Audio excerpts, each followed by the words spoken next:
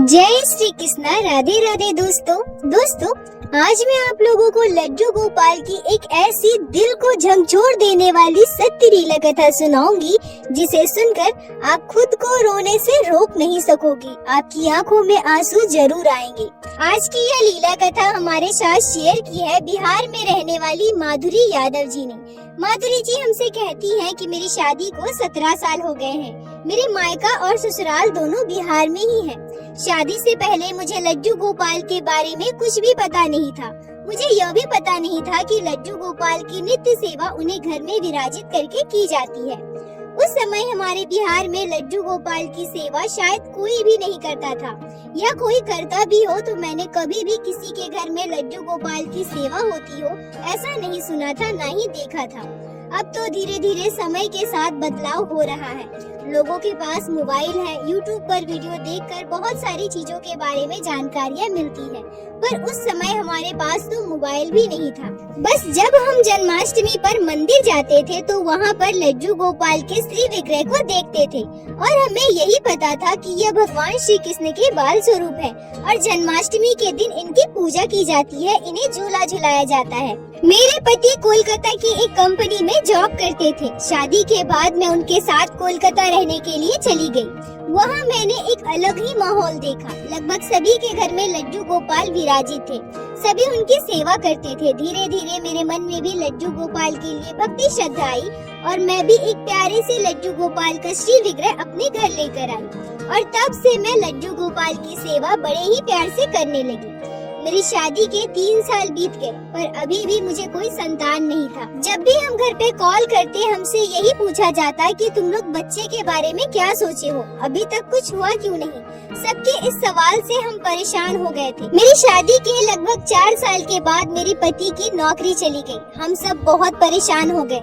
बहुत सारे अलग अलग कंपनी में अप्लाई करने के बाद भी उन्हें अच्छा जॉब नहीं मिल पा रहा था। अंततः थक हार कर परेशान होकर हम बिहार वापस आ गए। बिहार में मेरे ससुर जी की एक छोटी सी राशन की दुकान थी। मेरे हस्बैंड उसी दुकान में रहने लगे। हमारा खेती बाड़ी भी था, हम उस पर भी काम करते थे। मेरी सासू माँ और मेरे ससुर जी को भी लड्डू गोपाल के बारे में कुछ भी पता नहीं था।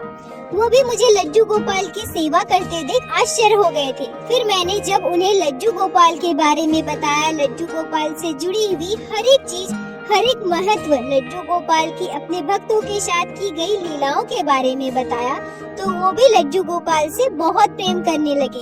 उन्हें मेरे लड्डू गोपाल की सेवा करने से कोई ऐतराज नहीं था।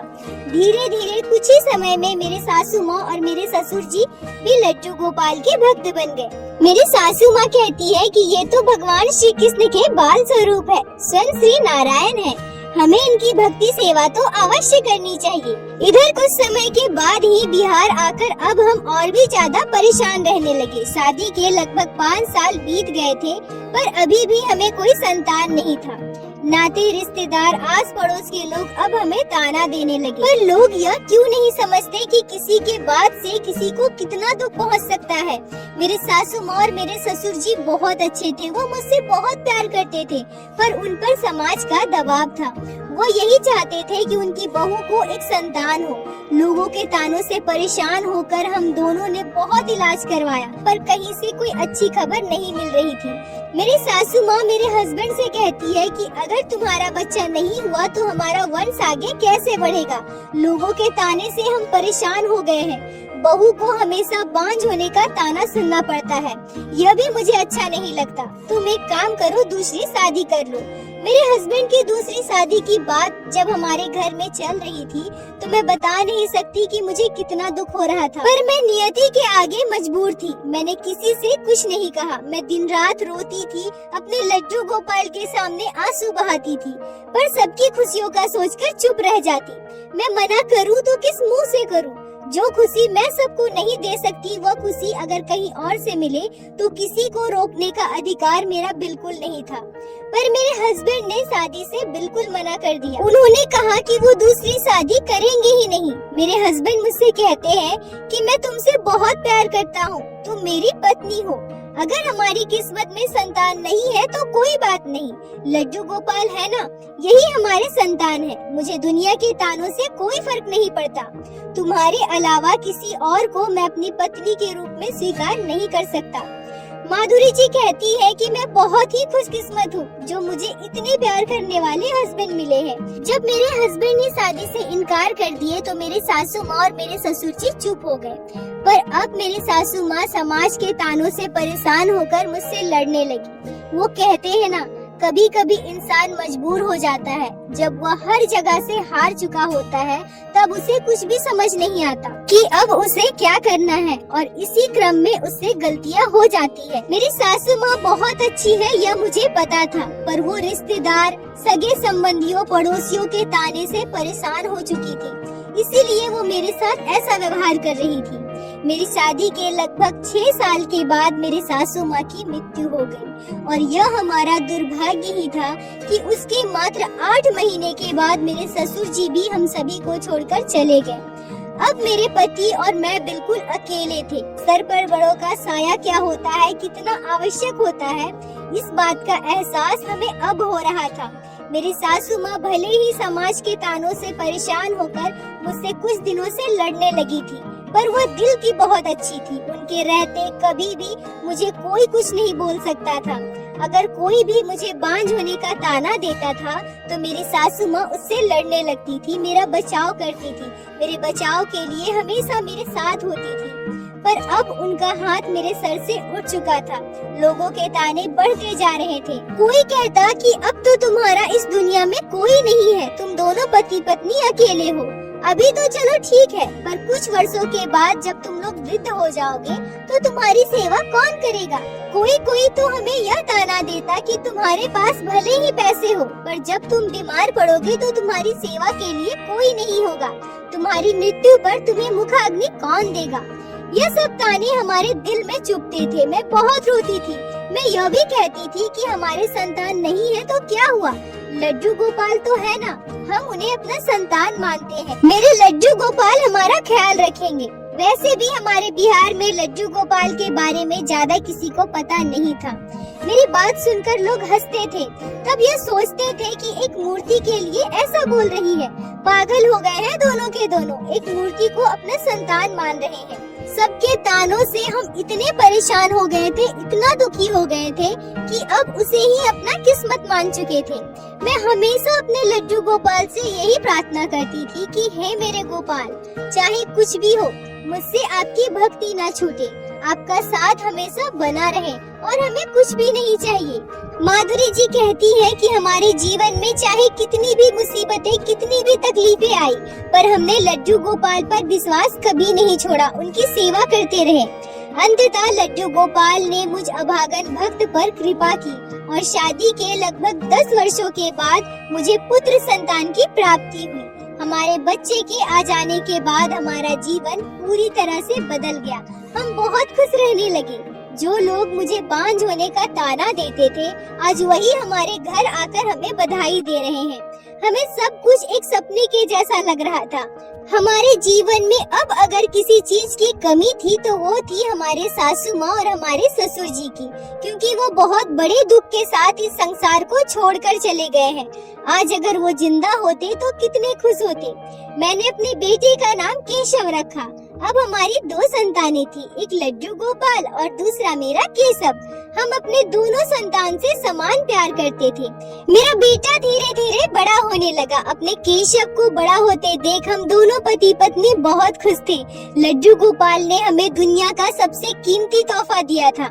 खुशी खुशी हमारे दिन बीत रहे थे। माधुरी जी कहती है कि हमारे जीवन में इतनी बड़ी खुशी आने के बाद हमें फिर से दुखों का तूफान झेलना पड़ेगा, यह हमने कभी सोचा ही नहीं था। घटना 2019 शुक्रवार का दिन था। यह दिन मैं अपने जीवन काल में कभी नहीं भूल सकती, क्योंकि इस दिन भगवान ने हमसे हमारी सबसे बड़ी खुशी छीन ली थी, हमारे जीवन का आधार छीन लिया था। मेरा बेटा लगभग 3.5 साल का था। वो दूसरे बच्चों के साथ खेलने बाहर भाग जाता था। उस दिन मेरे हस्बैंड दुकान का सामान लेने बाजार गए थे। मैं घर पर गेहूं साफ कर रही थी। मेरा केशव बाकी बच्चों के साथ खेलने चला गया। मैं अपने केशव को रोकी भी, कि बाबू बाहर खेलने मत जाओ, यहीं खेलो। मैंने उसे बहुत सारे खिलौने भी दिए, पर वो तो बच्चा है ना, बच्चों के साथ खेलने में उसे ज्यादा मजा आता है, इसलिए वो कभी कभी बाहर खेलने भाग जाता था और मैं भी उसे जाने देती थी, क्योंकि मैं उस समय गेहूं साफ कर रही थी और वो मुझे बहुत परेशान कर रहा था, इसलिए मैंने उसे बच्चों के साथ खेलने जाने दिया। हमारे घर के पास एक बहुत बड़ा पोखर था, जिसे हम तालाब भी कहते हैं। तालाब के किनारे एक छोटा सा ग्राउंड है जिसमें बच्चे खेलते हैं। उस समय उस ग्राउंड में बहुत सारे बच्चे खेल रहे थे। उनका बॉल तालाब के किनारे पानी में चला गया। मेरा बेटा बहुत छोटा था, उसे समझ नहीं थी। उसने सोचा कि अगर वह पानी से बॉल निकाल कर देगा तो उसे बैटिंग करने को मिलेगा। यह सोचकर मेरा बेटा पानी से गेंद निकालने चला गया। क्योंकि सभी बच्चे छोटे छोटे थे, किसी को भी ज्यादा ज्ञान नहीं था। मैं अभी गेहूं साफ करके छत में सूखने के लिए डाल ही रही थी, तभी एक 5-6 साल का छोटा सा बच्चा दौड़ते हुए मेरे पास आया और मुझसे कहता है कि आप केशव की मम्मी है ना? मैं उससे कहती हूँ कि हाँ, मैं केशव की मम्मी हूँ, पर तुम कौन हो? वो मुझसे कहता है कि मैं यही पास वाले मोहल्ले में रहता हूँ, आप मुझे नहीं जानती, मैं केशव का दोस्त हूँ, मेरा नाम मोहन है। और उसके बाद वो बच्चा मुझे जो बताता है उसे सुनकर मेरे होश उड़ जाते हैं। वो बच्चा मुझसे कहता है कि आप जल्दी मेरे साथ चलिए, आपका बेटा केशव पानी में डूब गया है। उस बच्चे की बात सुनकर मुझे होश न रहा। मैं दौड़ते हुए तालाब की तरफ रोते हुए चिल्लाते हुए भाग रही थी। जब मैं वहाँ पहुँची तो कुछ लोग मेरे बेटे को तालाब से निकाल रहे थे। मैं रोते चिल्लाते अपने बेटे को पकड़ लेती हूँ। मेरे बेटे को जमीन में लेटाया गया, उसके पेट को दबाकर उसे होश में लाने की कोशिश की जा रही थी, पर वो होश में आ ही नहीं रहा था। सब मिलकर मेरे बेटे को हॉस्पिटल ले गए। तब तक किसी ने मेरे हस्बैंड को भी कॉल करके इस घटना की खबर दे दी थी। मैं बहुत रो रही थी, बहुत चिल्ला रही थी। मेरे बेटे को होश नहीं था। मुझे ऐसा लग रहा था कि पल भर में मेरी दुनिया उजड़ गई। बार बार बस मैं अपने लड्डू गोपाल को शरण कर रही थी। मैं भी सभी के साथ हॉस्पिटल पहुंची। तब तक मेरे हस्बैंड भी हॉस्पिटल पहुंच चुके थे। किस्मत हमारे साथ कब कैसा खेल खेलेगा हमें नहीं पता। हॉस्पिटल में मेरे बेटे को एडमिट कर दिया गया। डॉक्टरों ने बताया कि बच्चा बहुत ही क्रिटिकल कंडीशन में है, अभी कुछ भी नहीं कहा जा सकता है। हॉस्पिटल की बाउंड्री के अंदर ही एक राधे कृष्ण का सुंदर मंदिर था। मैं कभी दौड़कर हॉस्पिटल के अंदर जाती तो कभी दौड़कर भगवान के मंदिर में जाती। मेरे तो प्राण निकल रहे थे। मुझे ऐसा लग रहा था कि कहीं से कोई बस इतना बोल दे कि आपका बेटा बिल्कुल ठीक है और मैं एक बार अपने बेटे की आवाज सुन लूं। मैं बार बार अपने घर पे विराजित लड्डू गोपाल से प्रार्थना कर रही थी कि हे गोपाल, इतने वर्षों बाद आपने हमें माता पिता होने का सुख दिया है। दुनिया के तानों से आपने हमें मुक्ति दिलाई, पर अब हमारे साथ ऐसा मत करो प्रभु, हमें इतनी बड़ी सजा मत दो। तभी कुछ ऐसा हुआ जो कोई भी माँ सुनना नहीं चाहेगी। डॉक्टर आकर बताते हैं कि हम आपके बच्चे को नहीं बचा सके। यह सुनकर मुझे अपने कानों पर यकीन नहीं हो रहा था। मुझे यकीन नहीं हो रहा था कि भगवान हमारे साथ ऐसा कर सकते हैं। मैं जोर से चिल्लाकर अपने बेटी की कैबिन की तरफ भागती हूँ। मेरे पति भी मेरे पीछे भागते हैं। मैं और मेरे पति बहुत रो रहे थे।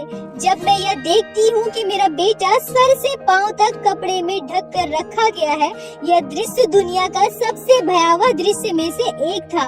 मुझ में इतनी हिम्मत नहीं हुई कि मैं उस चादर को हटाकर अपने बच्चे का चेहरा देख सकूं। मैं इस अनहोनी को मानना ही नहीं चाहती थी। मैं अपने बेटे का चेहरा देखे बिना वहां से दौड़कर मंदिर की तरफ भागती हूँ। मेरे पति वहीं मेरे बेटे को पकड़कर रोने लगे। कुछ लोग मेरे पीछे पीछे मुझे रोकने के लिए भागते हैं। मैं दौड़कर जाकर भगवान के चरणों में गिर जाती हूँ। मैं जोर जोर से चिल्लाकर रो रही थी। सभी मुझे चुप कराने की, वहाँ से उठाने की कोशिश कर रहे थे। मैं अपनी आंखें बंद करके हाथ जोड़ के अपने लड्डू गोपाल को याद करती हूँ, उन्हें शरण करती हूँ, अपने कान्हा से कहती हूँ कि हे मेरे गोपाल, यह आपने मेरे साथ क्या किया भगवान। आप मुझ जैसे अभागन भक्त को बांझ होने के श्राप से मुक्त करवाए। हम अभागे पति पत्नी पर कृपा करके हमें माता पिता होने का सुख दिया। अब आपने हमारे साथ क्या किया प्रभु? अगर आपको मुझे बांझ बनाकर ही रखना था तो हमें संतान का मुंह क्यों दिखाया? मैं वर्षों से आपको अपना संतान मानकर आपकी सेवा कर रही हूँ। मैं नियति को मान चुकी थी, फिर आपने मुझे माँ बनने का सुख क्यों दिया? मुझे इस बच्चे के मुंह में क्यों डाला? क्यों अब हमसे हमारी सारी खुशियाँ छीन ली? पहले तो लोग बस मुझे बांझ कहते थे, अब तो यह भी कहेंगे कि इस बांझ औरत ने संतान होने के बाद अपने बच्चे को ही खा लिया। हे प्रभु, अब मैं इस लांछन को कैसे बर्दाश्त करूं? मेरे साथ ऐसा क्यों किया प्रभु? हे मेरे गिरधर, मुझे इतनी बड़ी सजा क्यों मिली?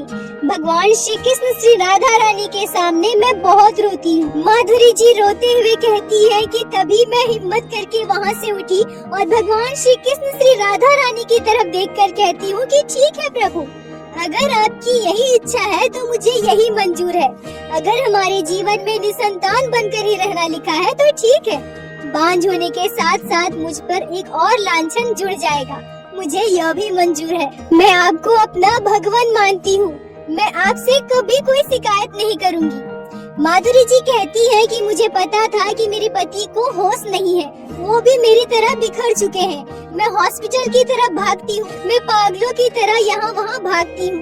मैं अपने बेटे के पास पहुँचती हूँ तो मैं देखती हूँ कि मेरे बेटे को डॉक्टर चेकअप कर रहे हैं। मेरे हस्बैंड भी वही खड़े खड़े रो रहे हैं। वो मेरी तरफ देखते ही रोते रोते मुस्कुरा देते हैं। मुझ में तो सोचने समझने की क्षमता ही खत्म हो गई थी। मैं कुछ भी नहीं समझ पा रही थी कि क्या हो रहा है। तभी डॉक्टर कहते हैं कि आपके बेटे की सांसें चल रही है। ये कहकर डॉक्टर नर्स को ऑर्डर देते हैं कि सबको रूम से बाहर निकालो, हमें बच्चे को ऑब्जर्वेशन में रखना होगा। नर्स हम सभी को वहाँ से बाहर निकाल देती है। मेरे बेटे का इलाज फिर से चालू हो जाता है। वहाँ खड़े सभी लोग हैरान थे कि ये सब कैसे हो गया। मुझे भी कुछ समझ में नहीं आ रहा था कि अचानक से ये सब हमारे साथ क्या हो रहा है। तभी मेरा पति मेरा हाथ पकड़कर कहते हैं, माधुरी, ये सब लड्डू गोपाल की कृपा है, वो हमें इस तरह से बिखरने नहीं देंगे। तुम्हें पता है, अचानक केशव ने एक जोर की सांस ली। देखो डॉक्टर ने चेकअप करके क्या बताया है। माधुरी, ये सब हमारे लड्डू गोपाल की कृपा है, तुम्हारे विश्वास की जीत हुई। माधुरी जी कहती है कि मैं भी समझ जाती हूँ कि ये सब मेरे लड्डू गोपाल की कृपा है। अगले 7-8 घंटों के बाद हमें हमारे बेटे से मिलने दिया जाता है। मेरा बेटा अब बिल्कुल ठीक था। वहाँ के डॉक्टर, पूरे स्टाफ, हॉस्पिटल के सभी लोग आश्चर्य थे कि ऐसा कैसे हो सकता है, मृत बच्चा जीवित कैसे हो गया। यह बात पूरे हॉस्पिटल के साथ साथ हमारे पूरे गांव और आसपास के गांव में भी फैल गया। अब जब हम अपने बेटे को लेकर घर आए तो बहुत सारे लोग उसे देखने आए थे। हर जगह यह बात फैल गई थी कि मृत बच्चा फिर से जीवित हो गया। मैं घर जाकर अपने लड्डू गोपाल को गोद में लेकर उन्हें बहुत प्रेम करती हूँ। अपने लड्डू गोपाल के माथे पर हाथ फेरती हूँ, उन्हें सिंहासन पर दोबारा विराजित करके उनके चरणों में प्रणाम करती हूँ। मुझे पता था कि यह सब मेरे गोपाल की ही कृपा है, मेरे लड्डू गोपाल का चमत्कार है। मैं अपने लड्डू गोपाल को बहुत बहुत धन्यवाद देती हूँ। आज लड्डू गोपाल ने मुझ पर बहुत बड़ी कृपा की है, जिसको मैं चिरकाल नहीं भूल सकती। माधुरी जी कहती है कि मैं इस लीला कथा को आपके चैनल के माध्यम से इसलिए शेयर करना चाहती थी ताकि कल जब मैं ना रहूं तो आपके चैनल पर ये वीडियो हमेशा हमेशा के लिए रह जाए और सभी भक्तों तक पहुंचता रहे और सभी को लड्डू गोपाल की इतनी बड़ी लीला के बारे में पता चले।